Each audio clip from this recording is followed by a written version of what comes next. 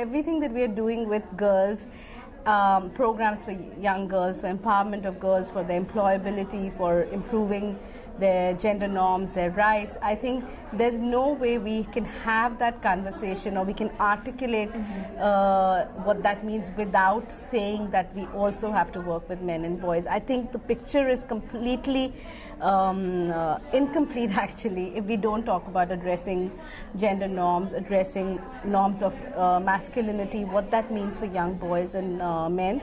What we're learning is that in the recent research that we've done in India, that men who are more violent are also men who have experienced and observed inequities when they were children, when they were young, and they tend to perpetuate these inequities when they grow up and are adults, whether they in terms of violence or in other forms of highly rigidly masculine behavior.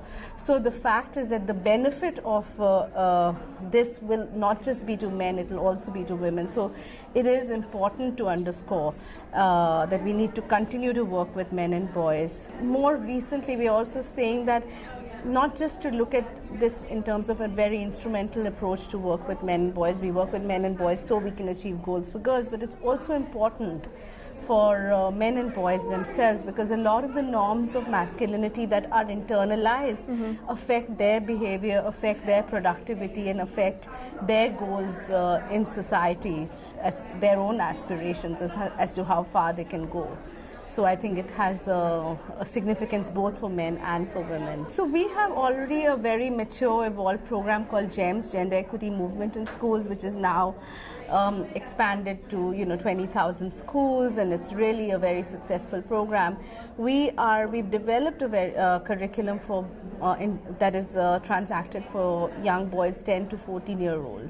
And the particular program that we had developed was really trying to challenge and address norms of gender equity. And now we are really building more layers around that program to go beyond gender equality to really address other issues as well.